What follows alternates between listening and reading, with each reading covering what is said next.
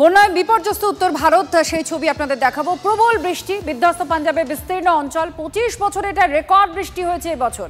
পাঞ্জাবের 22টি জেলার প্রায় 1400টি গ্রাম ডুবে রয়েছে।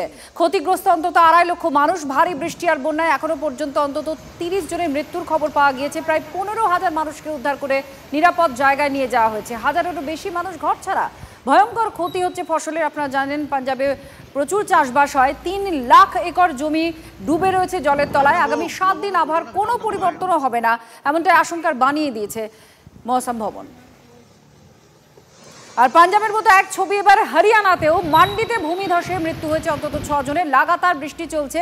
ফরিদাবাদ, দয়ালপুর, মোহনা, বদখাল, ধৌদ সহ বিভিন্ন এলাকা জলের তলায়। মহেন্দ্রগড়, রেওয়ারি, পালওয়ালে কমলা সতর্কতা জারি। একাধিক জেলায় স্কুল কলেজেও ছুটি ঘোষণা করা হয়েছে। পাঞ্জাব হরিয়ানা দুদিকের কি বিপর্যয়ের ছবি আপনারা দেখতে পাচ্ছেন। একাধিক গ্রাম জলের তলায়। পাঞ্জাবে বহু চাষের ফসলের যে জমি সেটা জলের তলায় রয়েছে। হরিয়ানাতেও বিধ্বস্ত অবস্থা।